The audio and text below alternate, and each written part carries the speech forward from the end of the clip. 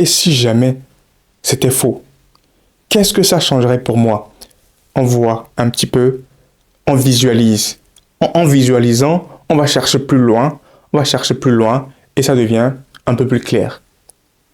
Si jamais c'était faux, voici ce qui pourrait m'arriver. Voici ce que je pourrais gagner. Voici ce que je pourrais réaliser.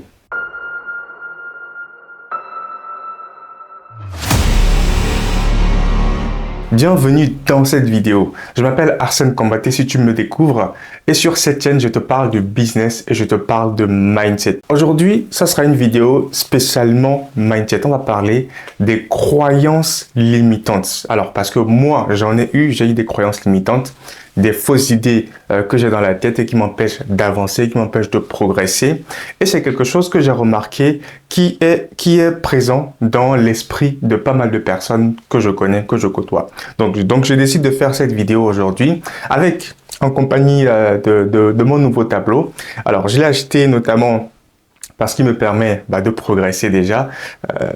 Tu verras que je note pas mal de choses. Ça me permet d'aérer mon esprit et de mettre de la cohérence dans toutes mes idées. Et deuxième chose, c'est que ça me permet, pendant que je tourne une vidéo, de tout écrire comme ça. Pendant le montage, je gagne du temps puisque je n'aurai plus à mettre du texte avec des effets, tout ça. Du temps, j'en ai de moins en moins en ce moment. Donc, j'essaie d'optimiser autant que je peux. Alors, c'est parti pour cette vidéo. On va parler de croyances limitantes. Mais avant, je vais te parler de deux choses. La première, c'est un exemple qu'on prend très très souvent, l'exemple de Apple.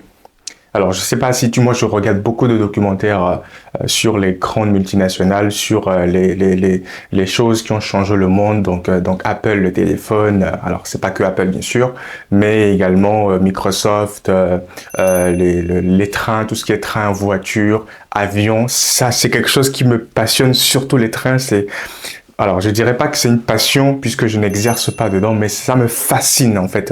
Moi, quand je regarde un train, je suis toujours émerveillé parce que pour moi, c'est la plus belle invention du monde. Bref, c'est pas le sujet de la vidéo. Pour revenir au sujet Apple, en fait, presque tous les ans, lorsque Apple sort un nouveau gadget, un nouveau téléphone, un nouvel ordinateur, avant même la sortie officielle, tu vois des milliers de personnes qui font la queue pour avoir le nouveau téléphone. Et ça, c'est parce qu'ils ont réussi à instiller dans l'esprit de leurs consommateurs un certain idéal. Je sais pas, il y a quelque chose qui est inextricable, quelque chose qui est inexplicable. Et c'est pareil quand je prends l'exemple de Elon Musk avec son entreprise Tesla, SpaceX. C'est une personne, c'est quelqu'un qui a Elon Musk, c'est quelqu'un qui a des idées folles, des idées pharaoniques. Il est très critiqué, mais au moins je pense, d'après l'analyse que je fais des petits documentaires et des articles que je lis à son sujet. Je pense que ce sont ces critiques-là qui le font vraiment progresser, car en fait, il arrive à trouver des arguments, des contre-pieds contre les critiques qui sont faites à son encontre, et c'est ça qui le fait vraiment progresser. Donc, alors, je fais cette longue introduction avant d'introduire mon sujet sur les croyances limitantes, car je suis convaincu que ces entreprises-là, ces grandes entreprises, j'ai pris l'exemple de deux, mais il y en a plusieurs, n'ont pas de limite en fait. En fait, elles n'ont pas de limite dans le sens où elles se disent, de toute façon, on va tout essayer, on va avoir les idées les plus folles du monde, on va les mettre en place et on va y arriver. Donc, c'est cet état d'esprit-là que je veux essayer de t'instiller au travers de cette vidéo. Donc, n'hésite pas à la partager à toutes les personnes que tu connais, à toutes les personnes dans ton entourage qui seraient dans ce même état d'esprit. Donc, c'est cet état d'esprit-là que je cherche, que je souhaiterais te partager afin que cela ne puisse pas te limiter, cela ne puisse pas t'empêcher de passer à l'action, de passer de 0 à 1, ainsi de suite. Donc, on va voir rapidement ce que, par définition, on peut entendre par une croyance limitante. Alors, j'espère qu'à la caméra, on verra bien ce que j'écris, sinon je ferai un zoom. Donc, c'est une idée fausse, non remise en question. C'est qui nous limite, en fait. On ne la remet pas en question, on la garde dans notre tête et puis on est bloqué, on n'avance pas. Le problème, c'est qu'on ne se rend pas forcément compte. Ensuite, Tu as, ça peut être également un jugement figé, c'est du pareil au même, un jugement qui est figé dans nos têtes, qu'on ne remet pas en question. Maintenant, on va voir, alors j'efface très rapidement, on va voir le mécanisme. J'ai déposé ça alors que ça se colle sur le tableau. Je ne suis pas encore habitué. On va voir le mécanisme de formation des croyances limitantes. Alors, dans ce mécanisme, en fait, c'est suite à ce mécanisme, à un processus que je vais bientôt t'expliquer, que nos croyances vont venir se figer, vont venir s'implanter dans notre tête et vont nous empêcher d'avancer. Il y a notamment que, je vais faire un schéma, ça va être beaucoup plus clair, le tableau là, donc il faut l'utiliser à bon escient. Donc, il y a que nos expériences vont conditionner nos croyances. Donc, nos expériences, alors je mets XP pour expérience, vont avoir une influence sur nos croyances. Tout ce qu'on va vivre dans notre vie, que ce soit en matière de relations amoureuses, que ce soit en matière professionnelle, peu importe, parce qu'on le vit. Donc en fait, ce qu'une personne est à même de vivre, cette personne sera donc plus enclin à y croire puisqu'elle l'a vécu. Il y a jamais rien d'aussi palpable que de vivre quelque chose. Donc, expérience conditionne nos croyances. Donc, puisqu'elle a vécu, donc pour les prochaines fois, elle va croire que puisque je l'ai vécu, voici comment ça se passe. Maintenant, ces croyances-là vont venir conditionner notre état interne, notre mindset si tu veux. Donc, croyance vient conditionner notre état interne. Donc, parce qu'on croit, eh bien, ça a une influence sur notre mindset. Parce qu'on croit que c'est comme ça, on a un mindset, on est conditionné d'une certaine façon. Et ensuite, notre état interne, notre mindset, il faut faire la distinction entre mindset et pensée. Puisque parfois on peut confondre les deux, mais c'est pas la même chose. Notre mindset va venir maintenant conditionner nos pensées. Donc, notre état interne, notre mindset vient conditionner nos pensées.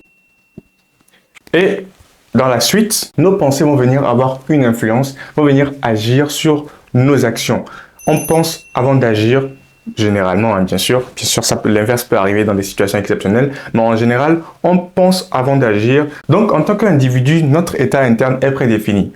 Donc, cet état interne va avoir des répercussions sur nos pensées et nos pensées vont agir, comme je viens de le dire, sur nos actions puisque, puisqu'on pense avant d'agir sur nos actions.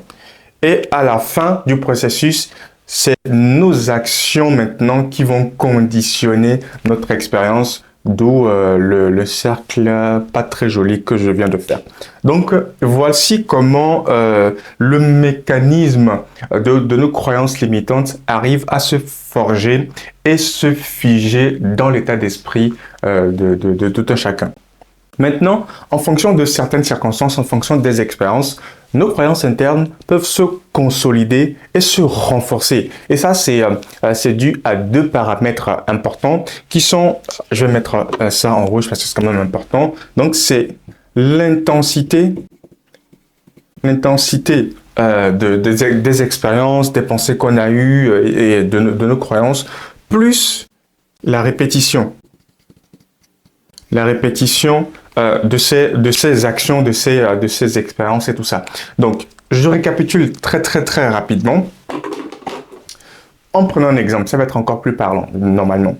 Donc, supposons que une personne, un individu, a enchaîné 4-5 relations amoureuses qui ne se sont pas forcément soldées qui ne se sont pas forcément bien passées.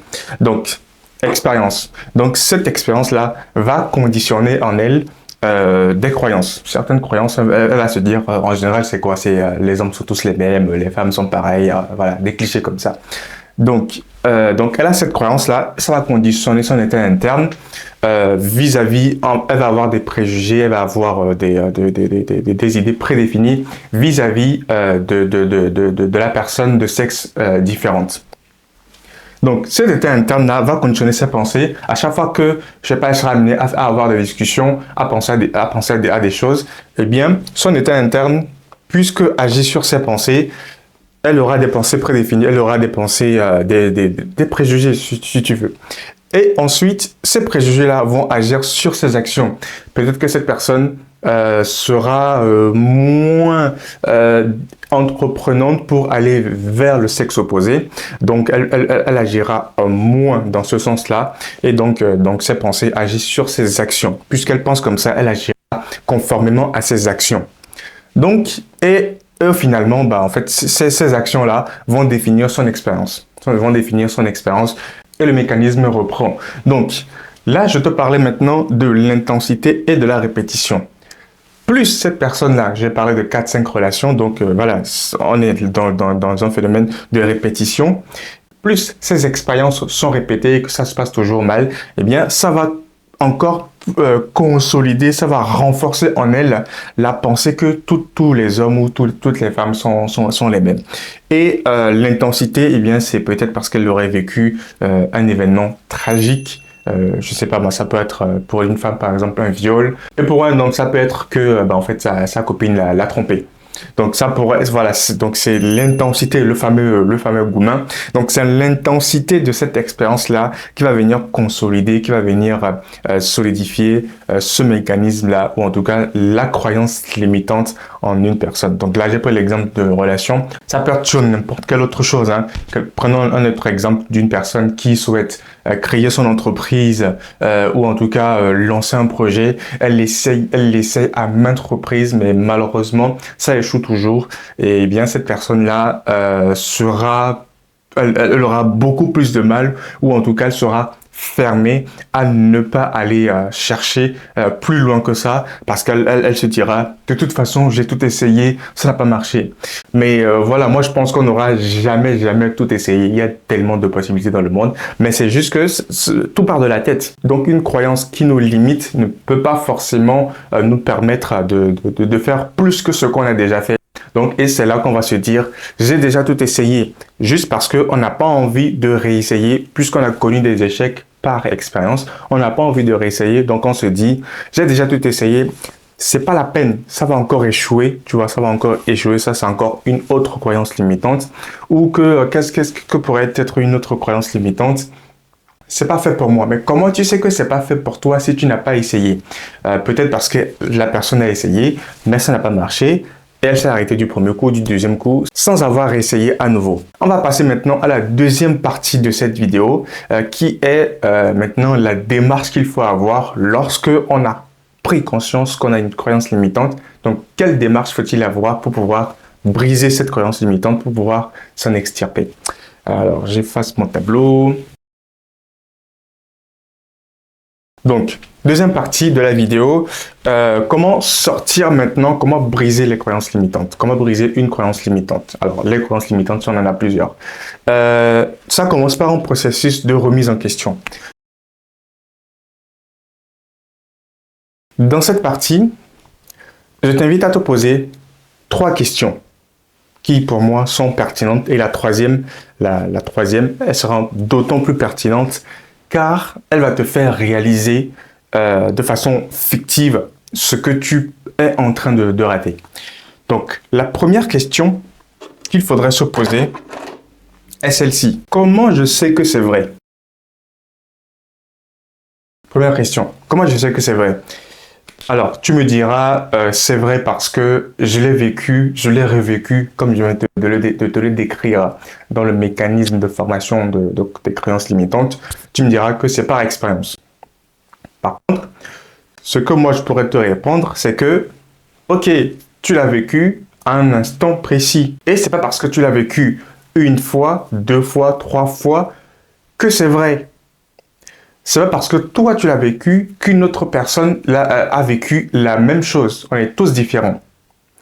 C'est pas parce que tu l'as vécu à l'instant T, il y a 2 ans, que ça sera la même chose, que ça sera pareil dans les 2 prochaines années. Comment sais-tu que c'est vrai? C'est parce que tu l'as vécu, certes. Rien ne prouve que ça sera pareil si tu réessayes aujourd'hui. Si tu réessayes dans 2 semaines. Si tu réessayes dans 2 ans. Rien ne prouve que ça sera pareil. Deuxième question, quand est-ce que j'ai réalisé que c'est vrai? Donc, cette question va te permettre d'avoir une idée, de définir l'intensité de la croyance que tu as. Si tu penses quelque chose depuis 5 ans et que tu n'as jamais remis en question cette croyance, c'est sûr qu'aujourd'hui, il va te falloir beaucoup plus d'efforts, beaucoup plus de techniques à mettre en place pour passer de cette croyance-là, pour mettre cette croyance-là, en tout cas pour briser cette croyance-là tout simplement. Donc, il est très important de se poser la question de savoir quand est-ce que je m'en suis rendu compte ou en tout cas quand est-ce que j'ai réalisé que ce que je pense est vrai. Troisième question, celle-là je l'aime bien, je vais l'écrire avant, je vais le cacher avant. Et si c'était faux? Et si c'était faux? Et si ce que je pense depuis 5 ans s'avère être faux? Alors, il y a encore plus intéressant, qu'est-ce que ça changerait pour moi? Qu'est-ce que ça changerait pour ma vie? Qu'est-ce que ça changerait dans ma vie? Qu'est-ce que ça changerait dans mon projet? Et si c'était faux? Et là, tu commences à rêvasser. Et si c'était faux? Et si moi aussi je pouvais gagner des millions de dollars? Qu'est-ce que ça changerait dans ma vie? Qu'est-ce que ça changerait pour ma famille si j'en ai une? Et si c'était faux? Là, ça me donne des envies. Là, j'ai envie de tout exploser. Donc, et si c'était faux? Troisième question importante à se poser. Et si c'était faux? Imagine, fais-toi des scénarios dans la tête par rapport à une croyance en question, ou en tout cas, fais une simulation. Et si c'était faux? Tu imagines tout ce que ça pourrait changer. Donc, en fait, c'est une remise en question qui pourra qui pourra t'emmener de façon émotionnelle, puisque tu as visualisé une situation beaucoup plus intéressante, une situation idéale. Et si c'était faux, je ferais ça, j'aurais ça. Donc, avec cette émotion-là, on dit que les émotions sont plus fortes que toutes. Avec ces émotions-là, tu vas pouvoir dire, OK, allez, je vais faire un petit pas en avant. J'ai passé de 0 à 1, de 1 à 2, ainsi de suite, ainsi de suite. Et si c'était faux? Et si c'était faux? Qu'est-ce que ça changerait dans ma vie? Je t'invite à y réfléchir, à visualiser et à me dire ce que tu en penses dans les commentaires. Et au passage, abonne-toi. Pour la suite, je vais prendre un exemple assez parlant. Alors, c'est l'exemple d'un basketteur.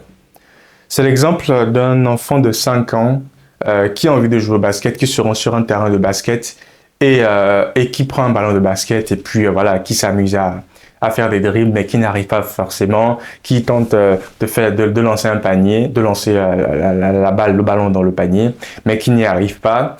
Et les autres enfants autour de lui, un peu plus grands, ou en tout cas d'autres personnes grandes autour de lui, lui disent « Tu ne sais pas jouer au basket, tu n'y arriveras jamais, c'est pas fait pour toi. » Ok, donc le petit enfant de 5 ans rentre chez lui avec un peu de désespoir ou en tout cas un peu déçu parce qu'il n'est pas arrivé à faire ce qu'il voulait faire et en plus on lui a dit qu'il n'était pas bien dedans, qu'il ne pouvait pas le faire. Donc il intègre ce qu'on lui a dit. Et voilà, donc il accepte ça comme ça, il dit bah, de toute façon je ne sais pas jouer au basket. Et ça sera pour lui une manière de se débarrasser lorsqu'on lui proposera un jour, quand il sera plus grand, de venir jouer au basket, il se dira oh de toute façon je ne sais pas jouer au basket donc lâchez-moi les baskets. Si par contre cet enfant prend les choses avec émotion, il intègre le fait qu'on lui a dit qu'il ne savait pas jouer au basket, ça le frustre. Ça ne lui plaît pas en fait qu'on lui dise qu'il ne savent pas jouer au basket. Et donc, il va essayer de prouver le contraire parce qu'il a un ego. Il va se dire, ok, je ne sais pas jouer au basket, c'est pas grave. Je vais apprendre à jouer au basket. Je vais m'inscrire dans un club de basket. Je vais apprendre à jouer au basket, je vais apprendre des compétences et je vais m'améliorer. Dans ces deux situations, alors non, ça fait 4. Dans ces deux situations, il y a des postures différentes qui sont adoptées dans l'une et dans l'autre. Dans la première situation, c'est que l'enfant reste statique. Dans la deuxième situation, dynamique. Première situation, l'enfant est fermé. Deuxième situation, ouverture. Méfiance, confiance. Contraction, expansion. Solitude, lien social. Je vais m'inscrire à un club de basket, je vais apprendre à jouer au basket et je deviendrai un champion du basket. situation contradictoire, juste parce qu'il y a eu, même pas un déclic, parce qu'il y a eu une décision de prouver, de se prouver à soi-même, de prouver aux autres. Car comme je viens de le dire en début de vidéo, c'est pas parce que à 5 ans, cet enfant de 5 ans ne savait pas jouer au basket. À 5 ans, c'est compliqué de jouer au basket. On n'a pas la taille nécessaire, on n'a pas les muscles nécessaires pour pouvoir faire un shoot, sachant que il n'y a pas forcément des terrains de basket adaptés aux enfants de 5 ans. Donc c'est pas parce qu'à 5 ans, je n'arrive pas à jouer au basket que à 15 ans, je ne saurais pas jouer au basket. Il est possible que à 5 ans, je ne sache pas jouer au basket et qu'à 20 ans, je ne sache toujours pas jouer au basket. Mais là, c'est parce que je ne me suis pas mis dans un processus d'apprentissage. Je n'ai pas appris, je suis resté dans ma position statique. Alors que quand je décide d'être dynamique, eh bien, j'apprends. Je fais du sport, je m'améliore, je regarde des matchs de basket, ça m'inspire et je m'améliore. Donc voici comment tu peux tenter de briser une croyance limitante. N'oublie pas que ça part toujours de la tête. Cette croyance s'érige comme une barrière dans nos têtes. Une barrière qui ne nous fait pas voir de l'autre côté du mur. Et lorsqu'on prend la décision de s'en extirper, de tenter de la briser, alors, il faut savoir qu'on ne la brise pas totalement, mais en tout cas, on l'efface peu à peu. On l'efface peu à peu jusqu'à ce que, et si jamais c'était faux? Qu'est-ce que ça changerait pour moi? On voit un petit peu, on visualise. En visualisant, on va chercher plus loin, et ça devient un peu plus clair. Si jamais c'était faux, voici ce qui pourrait m'arriver. Voici ce que je pourrais gagner. Voici ce que je pourrais réaliser. C'est la fin de cette vidéo. J'espère que tu as appris quelque chose. Si elle t'a apporté de la valeur, n'hésite pas à t'abonner et à la partager dans ton entourage. Pour ma part, je te souhaite une très bonne journée. Allez,